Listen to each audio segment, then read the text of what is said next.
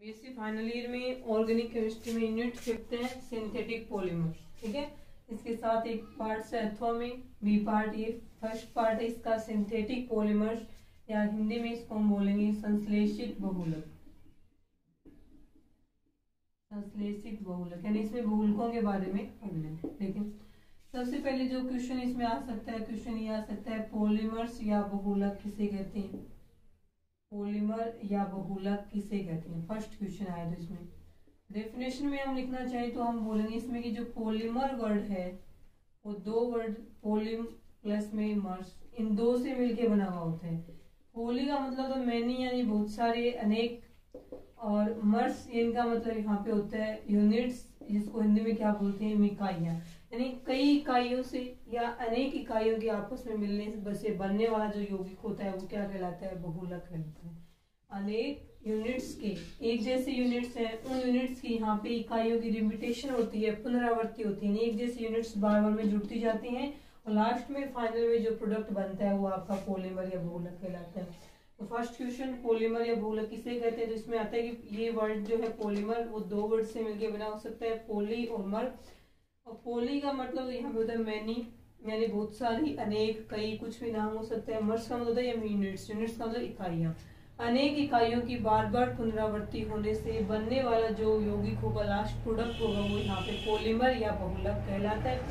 अब यूनिट्स की बात की जाए, ये जो यूनिट्स है, ये जो बहुत सारी यूनिट्स हैं जिनके आपस में मिलने से पॉलीमर बन रहा है, इन यूनिट्स को यहाँ पे हम क्या बोलते हैं, मोनोमर बोलते हैं।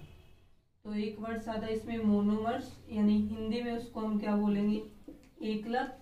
और इनकी बार बार रिपीटेशन होने से या पुनरावृत्ति होने से जो लास्ट प्रोडक्ट बनेगा उसको हम क्या बोलते हैं, पॉलीमर बोलेंगे, जिसको हम क्या बोलेंगे, बहुलक कहते हैं। ठीक है, तो कई एकलक इकाइयों के आपस में रिपीटेशन यानी बार बार पुनरावृत्ति होकर जुड़ने से लास्ट में जो प्रोडक्ट बनता है उसे हम क्या बोलेंगे, बहुलक बोलते हैं। ठीक है, अब हो सकता है ये जो मोनोमर यूनिट्स हैं वो हो सकता है एक जैसी हो और हो सकता है ये क्या हो, अलग अलग हो। तो जिन इकाइयों की बार बार पुनरावृत्ति होने से बहुलक या पॉलीमर बनता है उन्हें एकलक इकाइयां कहते हैं। या फिर ऐसे बोल सकते हैं कि एकलक इकाइयों की बार बार पुनरावृत्ति होने से बनने वाला जो प्रोडक्ट है उसको हम पॉलीमर या बहुलक के नाम से जानते हैं। ये हो गए यहाँ पे। अब हमें क्या करना है, पॉलीमर के लिए देखा जाए तो पॉलीमर, मुख्य रूप से पॉलीमर की बात की जाए दो प्रकार के होते हैं। एक तो होते हैं उसमें नेचुरल या प्राकृतिक बहुलक, एक तो आता है इसमें नेचुरल या प्राकृतिक बहुलक, और दूसरे कौन से आते हैं इसमें, सिंथेटिक या संश्लेषित बहुलक। पढ़ने आपको सिंथेटिक वाले हैं क्योंकि अपना क्वेश्चन ये जो यूनिट्स का नाम भी क्या है, संश्लेषित बहुलक। तो ये जो मोनोमर यूनिट्स से की रिपीटेशन या पुनरावृत्ति होने से जो बहुलक बनते हैं दो प्रकार के होते हैं मुख्य रूप से। आगे इसका क्लासिफिकेशन हम अलग अलग प्रकार से पढ़ेंगे, लेकिन एक प्रकार से मुख्य रूप से देखा जाए तो ये दो प्रकार के होते हैं, एक होता है नेचुरल या प्राकृतिक बहुलक और एक होता है सिंथेटिक या संश्लेषित बहुलक होते हैं। अब इसमें अंतर क्या होता है, नेचुरल जिसको हिंदी में हम क्या नाम लिखेंगे, प्राकृतिक बहुलक। ठीक है, और सिंथेटिक का तो यही नाम है ये वाला, यानी इसको क्या बोला जाएगा, संश्लेषित बहुलक कहा जाएगा। प्राकृतिक बहुलक जो प्रकृति या नेचर में प्राकृतिक रूप से हमें जो प्रकृति में मिलते हैं वो क्या कहलाएंगे, प्राकृतिक बहुलक कहलाता है। जैसे कि रबर है, रबर हमें प्रकृति में मिलता है प्राकृतिक रूप से, आइसोप्रीन का बहुलक होता है, रबर का पेड़ होता है उससे मिलता है, लेटेक्स से, तो ये नेचर प्रकृति में मिलता है। इसके अलावा देखा जाए तो सेल्यूलोज है वो भी हमें प्रकृति में मिलता है, स्टार्च है, ये तीनों ही। इनके अलावा और भी बहुलक होते हैं जो कि अपने को प्रकृति से सीधे ही प्राप्त होते हैं, तो इन्हें हम प्राकृतिक बहुलक कहते हैं। वे बहुलक जो हमें प्रकृति से प्राप्त होते हैं उन्हें हम प्राकृतिक बहुलक कहते हैं। रबर है, सेलुलोज है, स्टार्च है, ये सारे के सारे क्या है, प्राकृतिक बहुलक है। दूसरा इसमें आता है संश्लेषित बहुलक। तीसरा प्रकार आगे देखना, एक और भी कर सकते हैं। संश्लेषित बहुलक में क्या आता है इसके ना देखें, तो इसमें संश्लेषित बहुलक में लिखा जाए कि वे बहुलक जो हमें प्राकृतिक रूप से प्रकृति में नहीं मिलते हैं, जिनका निर्माण मनुष्य के द्वारा कृत्रिम रूप से प्रयोगशाला में किया जाता है, लैब में जिनका फॉर्मेशन हम करते हैं, जिनका संश्लेषण या जिनको हम प्रयोगशाला में बनाते हैं, मनुष्य के द्वारा बनाए जाते हैं, वो क्या कहलाते हैं, संश्लेषित बहुलक कहलाते हैं। जैसे कि नायलॉन है, अब नायलॉन में दो टाइप है, नायलॉन 6 और दूसरा क्या रहेगा नायलॉन 6 है। इसके अलावा टेरिलीन है, डेक्रोन है, बेकेलाइट है, टेफ्लॉन है, पीवीसी है, पॉलीथीन है, ये सारे के सारे क्या होते हैं संश्लेषित बहुलक होते हैं। तीसरी कैटेगरी इसकी और बनाना चाहें तो वो कौन सी बना सकते हैं, अर्ध संश्लेषित बहुलक। तीसरी कैटेगरी यदि कई बुक्स में लिखी हुई है, वैसे मुख्य रूप से दो ही होती है। तीसरी बनाना चाहे तो वो क्या आती है अर्ध संश्लेषित बहुलक। अर्ध संश्लेषित में ये होता है कि वो पहले तो प्राकृतिक रूप से हमें प्रकृति से मिलते हैं, लेकिन फिर हम क्या करते हैं उनका उसके जो गुण होते हैं क्वालिटी अच्छी नहीं होती है, तो उसकी क्वालिटी को इम्प्रूव करने के लिए, इसके गुणों को अच्छा करने के लिए हम क्या करते हैं उसमें कुछ रासायनिक अभिक्रिया करवाते हैं, उसके साथ में लेब में उसका कुछ प्यूरिफिकेशन करवाया जाता है। तो इन दोनों का यूज प्राप्त तो यहाँ से हुआ था, लेकिन यहाँ लेब में भी उसका हम यूज कर रहे हैं, यानी उसके गुणों में सुधार कर रहे हैं, इम्प्रूवमेंट कर रहे हैं, तो इन दोनों कैटेगरी में रखा जाता है। इस कारण से उस बहुलक को हम अर्ध संश्लेषित बहुलक कहते हैं। वे बहुलक जिनका जो प्रकृति के में प्राकृतिक रूप से मिलते हैं, लेकिन उसके गुणों में सुधार करने के लिए लेब में उनका कुछ रासायनिक अभिक्रियाएं करवाई जाती है, उसमें कुछ ऐसे बाहर से पदार्थ मिलाए जाते हैं, इस कारण से वे बहुलक अर्ध संश्लेषित बहुलक कहलाते हैं। ना ये है ना ये है, इन दोनों के बीच के। एग्जाम्पल देखा जाए तो इसका एग्जाम्पल में हम क्या समझ सकते हैं, रबर का एग्जाम्पल, रबर आइसोप्रीन का बहुलक होता है। रबर का पेड़ है, वहां से रबर प्राप्त हो जाता है, लेकिन रबर के पेड़ से प्राप्त होने वाला रबर है उसके गुण अच्छे नहीं होते, अच्छी क्वालिटी का नहीं होते हैं, तो हम लेब में ले जाकर उसके अंदर सल्फर मिलाकर के उसको गर्म करते हैं। इस प्रोसेस को वल्कोनाइजेशन या वल्कनीकरण अभिक्रिया कहते हैं। ये इकोनॉमी में पूछी जाती है, आगे फिर पढ़ेंगे। तो सल्फर जो प्राकृतिक रूप से हमें प्रकृति में प्राप्त होता है, उसके गुणों को सुधारने के लिए उसमें सल्फर मिलाकर के उसको गर्म किया जाता है। इस प्रकार प्राप्त होने वाले रबर को हम वल्कनीकृत रबर कहते हैं। और लेब और वो उसके जो गुण होते हैं वो अच्छे होते हैं, तो लेब में हमने उसमें सल्फर मिलाकर के उससे वल्कनीकृत रबर बनाया है, इस कारण से ये अर्ध संश्लेषित बहुलक की कैटेगरी में रखा जाता है। उतार लें इसको, ठीक है। ये हो गया जनरल इंट्रोडक्शन पॉलीमर के बारे में, ठीक है। पॉलीमर्स, पॉली मतलब मैनी यूनिट्स, अनेक इकाइयों से मिलकर बनने वाले, जिन इकाइयों की बार बार पुनरावृत्ति होने से पॉलीमर बहुलक बनता है उसको मोनोमर एकलक बोलते हैं। और पॉलीमर या बहुलक जिन बार बार जिन इकाइयों की पुनरावृत्ति होने से बनता है उसे हम मोनोमर बोल देंगे। और दो प्रकार के प्राकृतिक और सिंथेटिक, प्राकृतिक जो प्रकृति से प्राप्त होते हैं, संश्लेषित जिनका निर्माण मनुष्य द्वारा कृत्रिम रूप से प्रयोगशाला में करते हैं, और एक दूसरी है वो सेमी सिंथेटिक अर्ध संश्लेषित वाले, उसमें वो आ जाएंगे जो प्रकृति से प्राप्त होती है, लेकिन उनके गुणों में कुछ इम्प्रूवमेंट करने के लिए हम बाहर से उसमें कुछ पदार्थ मिलाते हैं, तो वो अर्ध संश्लेषित की कैटेगरी में रखा जाएगा। और इसका एग्जाम्पल हम पढ़ चुके हैं, रबर हो जाएगा, यानी वल्कनीकृत रबर, नॉर्मल रबर नहीं है, नॉर्मल रबर तो प्राकृतिक बहुलक है, उसमें सल्फर मिलाने के बाद जो बनता है उस रबर का नाम होता है वल्कनीकृत रबर। और इस प्रोसेस को वल्कनीकरण अभिक्रिया कहेंगे, ये आगे पढ़ेंगे, रबर पढ़ेंगे उस टाइम फिर से। उसके बाद में नेक्स्ट क्वेश्चन इसमें आ रहा है कि क्लासिफिकेशन ऑफ पॉलीमर्स, यानी बहुलकों के वर्गीकरण को समझाइए। क्लासिफिकेशन ऑफ पॉलीमर्स, बहुलकों के वर्गीकरण को आपको इसे समझाना है। अब ये जरूरी नहीं पूरा बड़ा ही आए, हो सकता है बड़े 4 नंबर में क्वेश्चन आए कि बहुलकों के वर्गीकरण को समझाइए, या फिर 4-5 प्रकार हैं इसके वर्गीकरण के आधार, 4-5 हैं, 4-5 आधार रख करके इनका वर्गीकरण किया गया। हो सकता है उनमें से किसी एक आधार पे पूछ ले, या फिर किसी एक आधार पे जो 2 टाइप बनते हैं, हो सकता है उन 2 टाइप्स का नाम देके वो भी पूछ ले, ठीक है। तो सारे इसमें क्वेश्चन इसी के अंदर आ जाएंगे कि क्लासिफिकेशन ऑफ पॉलीमर्स कितने बेस पे किया गया है और कौन कौन से बेस हैं और उसके आधार पे कौन कौन से इसके प्रकार है वो बनते हैं। सबसे पहला जो क्लासिफिकेशन है वो इस पे किया गया, classification based on source, classification based on source, यानी सोर्स का मतलब है स्रोत के आधार पर वर्गीकरण। जिस स्रोत से बहुलक प्राप्त होता है उसी के आधार पे बहुलकों का वर्गीकरण किया गया है। स्रोत या प्राप्ति स्रोत लिख सकते हैं इसमें हम, ठीक है। तो फर्स्ट इसका बेस से आधार रहेगा पॉलीमर के क्लासिफिकेशन का, क्लासिफिकेशन बेस्ड ऑन सोर्स, यानी स्रोत के आधार पे बहुलकों का वर्गीकरण।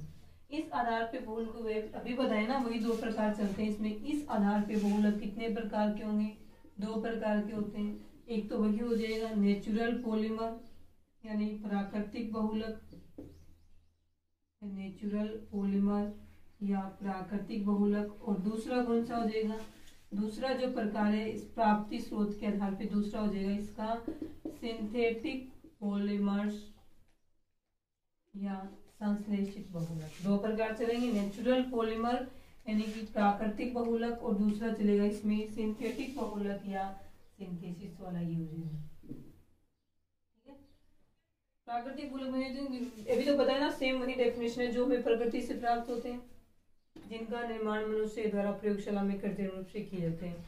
तो प्रयोगशाला में किए जाने वाले आएंगे सिंथेटिक पॉलीमर में, और जो प्रकृति से हमें प्राकृतिक रूप से प्राप्त होते हैं वो किस में आएंगे, नेचुरल पॉलीमर में। इसका एग्जांपल पढ़िए हम, आइसोप्रीन का एग्जांपल पढ़ते हैं, रबर वाला पढ़ लेते हैं। एग्जांपल हम लिख के आए हैं, इसमें सेलुलोज है, स्टार्च है, रबर है, सारे इसमें आते हैं। CH3 CH3 CH double bond CH, ये हो जाएगा इसके अंदर आइसोप्रीन। ठीक है, इसको हम यहाँ पे लिख देंगे, ये आइसोप्रीन है। रबर का ये मोनोमर है। तो इसमें क्वेश्चन ऐसे है कि रबर किसका बहुलक है, किसका बहुलक है, आइसोप्रीन का बहुलक है। ठीक है, यानी इसके यहाँ पे एन मॉलिक्यूल जुड़ेंगे कहीं की, ये क्या यहाँ पे मोनोमर यूनिट्स है, एकलक इकाई, तो इसकी बार बार पुनरावृत्ति होगी, तो इसके कई मॉलिक्यूल्स के में रिक्वायरमेंट होगी, तो इसको लिख दिया। अब इसके यहाँ पे बार बार क्या चलेगी, पुनरावृत्ति चलती, इसको यहाँ पे डबल बॉन्ड होगी, क्योंकि वैलेंसी 3 ही है ना इसकी, ऐसे रहेगी। तो ये वाला बॉन्ड क्या होगा, यहाँ जाएगा, ये यहाँ पे, ये यहाँ पे और यहाँ, तो यहाँ तो डबल बॉन्ड बन जाएगा, यानी ये इस प्रकार से बनते हैं। CH2 कार्बन कार्बन CH और CH2 और इस पे जुड़ा हुआ है CH, यानी एन मॉलिक्यूल इस प्रकार से एक दूसरे के साथ में जुड़ते जाएंगे। तो ये आइसोप्रीन के अनेक अणु जुड़े हैं, इस अकेले का नाम आइसोप्रीन है, बहुत सारे अणु जुड़ गए, पॉलीमर बहुलक बन गए, तो इसके नाम के आगे क्या जुड़ जाएगा, पॉली जुड़ जाएगा। तो यहाँ पे क्या बन गया, पॉली आइसोप्रीन। पॉली आइसोप्रीन ये मोनोमर है और ये इसका क्या है, पॉलीमर। ये है क्या, ये नेचुरल रबर है, प्राकृतिक रबर है, नेचुरल रबर या प्राकृतिक रबर है। ठीक है, तो प्राकृतिक रबर क्वेश्चन आए, प्राकृतिक रबर किसका बहुलक होता है, तो इसके मोनोमर का नाम लिखना है, मोनोमर इसका आइसोप्रीन। तो प्राकृतिक रबर है वो आइसोप्रीन का बहुलक होता है, ये आइसोप्रीन है। ठीक है, इसमें इसका आईपीएच नाम बनाओ तो 1 2 3 4 2 period of methyl 2 methyl 1 3 ब्यूटाडाइइन 2 methyl 1 3 1 और 3 पे डबल बॉन्ड है, तो 2 मेथिल 1 3 ब्यूटाडाइइन इसका क्या रहेगा, आईपीएच नाम, ये इसकी रहेगी नंबरिंग। आगे समझ में। तो आइसोप्रीन का बहुलक होता है इस प्रकार से, इसमें पॉली आइसोप्रीन का फॉर्मेशन है वो बहुलक है। ये रहेगा इसमें नेचुरल पॉलीमर जो कि प्रकृति से प्राप्त होते हैं, उन्हें प्राकृतिक बहुलक कहा जाएगा। उसके बाद देखें इसमें सेकंड, दूसरा अपने को दिया हुआ है सिंथेटिक पॉलीमर, यानी प्राप्ति स्रोत के आधार पर जो इसका दूसरा प्रकार बनता है उसको हम क्या बोलेंगे, सिंथेटिक पॉलीमर या संश्लेषित बहुलक नाम है उसको दिया हुआ है। अब देखिए सिंथेटिक पॉलीमर, हिंदी में इसका नाम वही संश्लेषित बहुलक है। अभी पढ़ गए हैं, डेफिनेशन इसकी वही रहेगी कि वे बहुलक जो प्राकृतिक रूप से हमें प्रकृति में प्राप्त नहीं होते हैं, लेकिन उनका निर्माण मनुष्य के द्वारा कृत्रिम रूप से, आर्टिफिशियल कृत्रिम रूप से प्रयोगशाला या लैब में किया जाता है, उनको हम संश्लेषित बहुलक कहते हैं। एग्जाम्पल देखें तो इसके PVC है, इसके अलावा इसके एग्जाम्पल पूछ ही ले संश्लेषित बहुलक के, पॉलीथीन है, इसके अलावा डेक्रोन यानी टेरिलिन है, इसके अलावा नायलॉन, दोनों प्रकार आ जाएंगे, इसके अलावा बेकेलाइट है, इसके अलावा टेफ्लॉन है। ये सारे पढ़ेंगे हम किस प्रकार से बनते हैं, ये सारे संश्लेषित बहुलक एग्जाम्पल है। इसमें से कोई भी एक दो एग्जाम्पल करें, जैसे कि पॉलीथीन वाला कर लें, तो पॉलीथीन आए, पॉलीथीन किसका बहुलक होता है, पॉलीथीन, पॉलीथीन, पॉली को हटाओ, पीछे क्या बच रहा है, एथीन बच रहा है, तो इथीन का बहुलक होता है। ये इसमें एथीन इससे बनेगा, तो ये बॉन्ड यहाँ और ये बॉन्ड यहाँ जाएगा, तो CH2 यहाँ और CH, ये इसकी जैसी अनेक इकाइयां यहाँ पे और यहाँ पे जुड़ी हुई होती हैं। ये क्या बन गया, बहुत सारी इकाइयां आपस में जुड़ गई, पॉलीमर बना, तो इसके नाम के आगे क्या लगेगा, पॉलीमर बने, पॉली इथीन बन गया। ये मोनोमर है, और ये क्या आ जाएगा यहाँ पे पॉलीमर। आगे समझ में। क्वेश्चन ऐसे आए, पॉलीथीन किसका बहुलक है? पॉलीथीन एथीन का बहुलक है। पॉलीथीन में एथीन क्या है? मोनोमर है। पॉलीथीन क्या है यहाँ पे? सॉरी दो बार, अच्छा पॉलीमर क्या है यहाँ पे? पॉलीथीन है। ये रहेगा इसमें सेकंड इसका टाइप, सिंथेटिक पॉलीमर। इसके जो आगे एग्जाम्पल्स और लिखे हैं ये सब कैसे बनते हैं वो भी पढ़ेंगे आगे। इसके बाद में देखेंगे फर्स्ट टाइप कंप्लीट हो गया इसका, जो कि प्राप्ति स्रोत के आधार पे इनका वर्गीकरण था।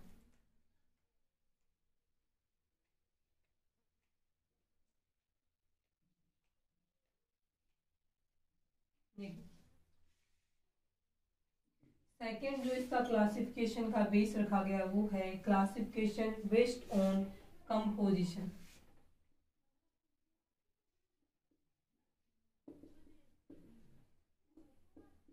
क्लासिफिकेशन बेस्ड ऑन कंपोजिशन यानी संगठन के आधार पे बहुलकों के प्रकार।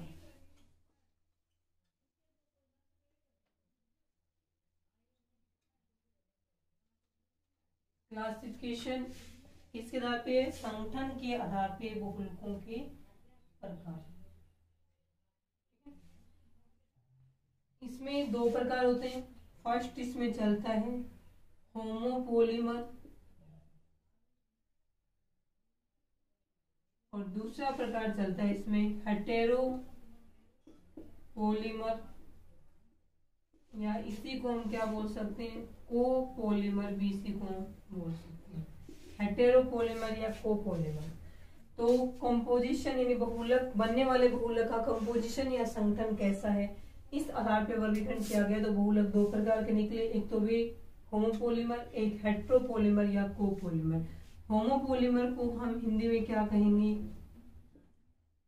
समबहुलक, और इसको का क्या कहा जाएगा? विषम बहुलक कहा जाता है। होते क्या है देखें, समबहुलक में इसमें क्या आता है? समबहुलक, बहुलक में जो भी यूनिट्स हैं, सम का मतलब समान, सारी की सारी एक जैसी हैं। हेट्रो का मतलब यूनिट्स क्या है? अलग अलग है। जैसे कि सम बहुलक की बात की जाए तो एथीन बहुलक है, सॉरी पॉलीथीन है, इस प्रकार से बनता है। तो इस पॉलीथीन में जितनी भी मोनोमर यूनिट्स हैं वो सारी की सारी एक जैसी तो है ना, सारी की सारी एथीन ही है।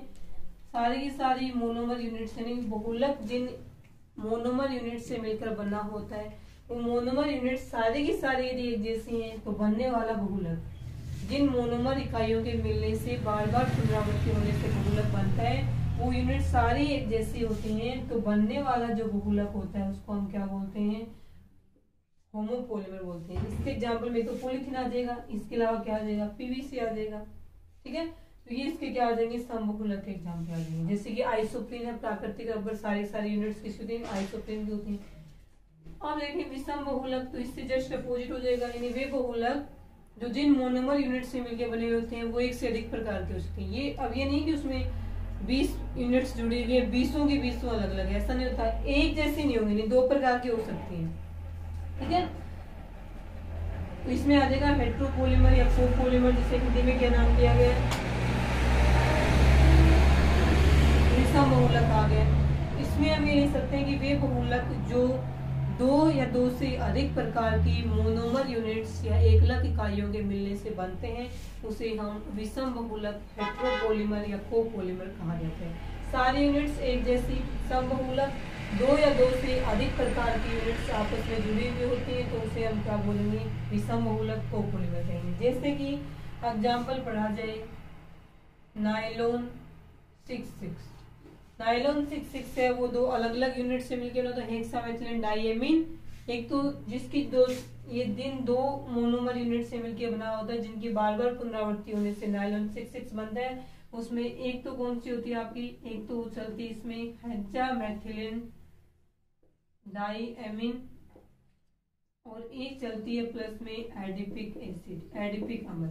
दो अलग अलग मोनोमर यूनिट की बार बार पुनरावृत्ति होने से ये पॉलीमर बन रहा है, इस कारण से इसको हेटेरोपोलीमर बोलते हैं। इसके अलावा जो बेकेलाइट बनता है, इसके अलावा टेरिलिन यानी डेक्रोन बनता है, ये सारे के सारे किसके बहुलक माने जाएंगे? विषम बहुलक या कोपोलीमर मानते हैं।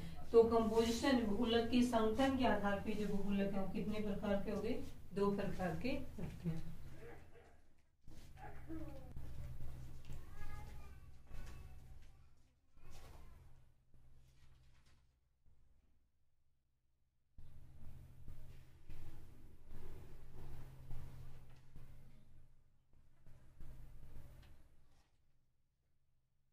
तीसरा जो इसका क्लासिफिकेशन का टाइप है वो है classification based on the structure of polymer. Polymer की जो संरचना होती है, structure, classification based on structure of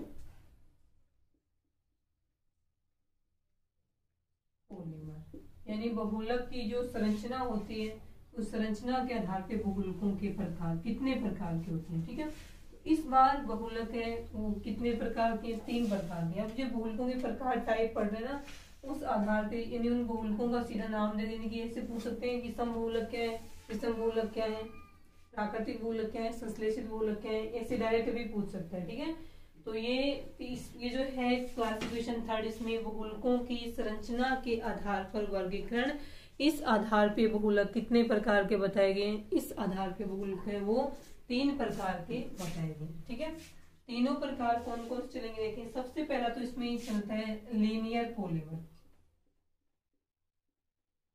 linear polymer Hindi में जिसका नाम रहेगा लीनियर, रेखीय बहुलक। वे बहुलक जो एक ही लाइन में जुड़ते हुए जाते हैं उनको क्या बोलेंगे, रेखीय बहुलक बोलते हैं। यानी इस प्रकार से एक ही लाइन बनती है, ये देखिए रेखीय बहुलक एक ही लाइन में इस प्रकार से होते हैं, वो क्या कहलाएंगे, रेखीय बहुलक कहलाते हैं। एग्जाम्पल पढ़ा जाए तो एग्जाम्पल इसका कौन सा रहेगा, HDP। HDP की फुल फॉर्म यहाँ पे क्या रहेगी, high density polymer. High density polymer यानी उच्च घनत्व वाला पॉलीथीन, पॉलीथीन नहीं, उच्च घनत्व वाला जो पॉलीथीन होता है वो किसका एग्जाम्पल होगा, लीनियर का। एकलक अणु सीधी श्रृंखला में परस्पर जुड़े हुए होते हैं, इनके उच्च गलनांक होते हैं। ये एक प्रकार से क्रमबद्ध व्यवस्था होती है, इसमें ये पैक रहते हैं। और इनकी जो हाई डेंसिटी लिखा है इसके साथ साथ में इनके जो मेल्टिंग पॉइंट या गलनांक होते हैं वो भी क्या होते हैं, उच्च होते हैं। फर्स्ट हो गया जो सीधी एक ही रेखा में व्यवस्थित होते हैं। दूसरा जो होता है वो एक रेखा वाले नहीं रहेंगे, नॉन लीनियर आ जाएंगे, या फिर इसको होते हैं ब्रांच चेन वाले शाखित बहुलक, ब्रांच्ड चेन पॉलीमर या शाखित बहुलक। ठीक है, तो इसका नाम हिंदी में क्या हो जाएगा, शाखित श्रृंखला। ठीक है, श्रृंखला में ऐसे बनता है, शाखित श्रृंखला बहुलक है ये। यानी इसके अंदर इसी प्रकार से होगा पहले तो ये, लेकिन इसमें ये जो बहुलक में ऐसी इस प्रकार से क्या होती है, श्रृंखलाएं निकली हुई होती है, जुड़ी हुई नहीं होगी। इस प्रकार से इसमें ये मुख्य श्रृंखला तो ये वाली है, इसके साथ साथ में कई शाखाएं हैं वो निकली हुई होती हैं। इस प्रकार से जो पॉलीमर बनता है उसमें क्या होगा, मुख्य श्रृंखला के साथ में कई जो सहायक शाखाएं होती है, ब्रांच इस प्रकार से निकली हुई होती है, वो क्या कहलाएगा, शाखित श्रृंखला बहुलक। एग्जाम्पल इनके गलनांक के मान क्या होते हैं, कम होते हैं। एग्जाम्पल रहेगा इसका LDP। LDP का मतलब लो डेंसिटी पॉलीथीन। यानी अभी जो हमने एथेन से पॉलीथीन बनाया था वो पॉलीथीन 2 प्रकार का होता है। क्यों, कब बनता है HDP और कब बनता है LDP, ये पढ़ेंगे हम आगे। लो डेंसिटी पॉलीथीन, निम्न घनत्व वाला पॉलीथीन। ठीक है, तीसरा देखिए, तीसरे वाले में आता है इसके अंदर क्रॉस लिंक्ड या नेटवर्क पॉलीमर। तीसरा जो इसका प्रकार है वो चलेगा क्रॉस लिंक्ड क्रोशित बहुलक, और इसी का दूसरा नाम क्या होगा, नेटवर्क पॉलीमर। तो बहुलकों की संरचना के आधार पे जो बहुलकों का तीसरा प्रकार है उसमें क्या चलता है, आपके क्रॉस बंधित या जाल युक्त बहुलक। इसमें आता है कि यही इसी प्रकार से बहुलकों की क्या होती है, श्रृंखलाएं होती हैं, लेकिन ये बहुलकों की श्रृंखलाएं को गर्म करने पर आपस में ये क्रॉस बंधों के द्वारा एक दूसरे से जुड़ जाती है। क्रॉस बंधों के द्वारा जब ये एक दूसरे से जुड़ जाती है तो यहाँ पे इनकी जो स्ट्रेंथ होती है ज्यादा मजबूत हो जाती है। ये ज्यादा मजबूत होने के साथ साथ में इसके गलनांक और क्वथनांक के मान भी बहुत ज्यादा ऊंचे हो जाते हैं। इस कारण से इनको क्या बोला गया, क्रॉस लिंक, यानी कि इसके बीच में क्रॉस बॉन्ड बन रहे हैं। मुख्य श्रृंखलाएं होती है बहुलकों की, लेकिन उनको गर्म करने पर कुछ बहुलक ऐसे होते हैं जिसके जिनमें मुख्य श्रृंखलाओं के बीच में इस प्रकार से क्रॉस बंध बन के एक नेटवर्क सा यानी एक जाल बन जाता है। नेटवर्क का मतलब यहाँ पे जाल है, ठीक है, वो नेटवर्क नहीं है, जाल बन जाता है। इस कारण से इसको नेटवर्क पॉलीमर बनते हैं, क्रॉस बॉन्ड बनते हैं, इसलिए क्रॉस लिंक्ड पॉलीमर बोलते हैं। और एग्जाम्पल की बात कीजिए, कठोर हो जाते हैं क्रॉस लिंक के कारण से, इनकी उपयोगिता यूज भी ज्यादा हो जाता है, ज्यादा यूजफुल हो जाते हैं। एग्जाम्पल की बात की जाए तो इसमें क्या आता है, बेकेलाइट। ठीक है, ये थे आपका थर्ड टाइप। इसमें क्लासिफिकेशन बेस्ड ऑन स्ट्रक्चर 3 प्रकार के थे, रेखीय बहुलक, शाखित बहुलक और क्रॉस बंधित बहुलक। इसके बाद फोर्थ टाइप है वो क्लासिफिकेशन बेस्ड ऑन सिंथेसिस, यानी संश्लेषण के आधार पे। सिंथेसिस यानी मोनोमर यूनिट से किस प्रकार से पॉलीमर का सिंथेसिस संश्लेषण हुआ है, इस आधार पे बहुलकों का जो वर्गीकरण है वो चलेगा इसमें फोर्थ टाइप में। ये हम करेंगे नेक्स्ट क्लास में। आज के लिए इतना ही।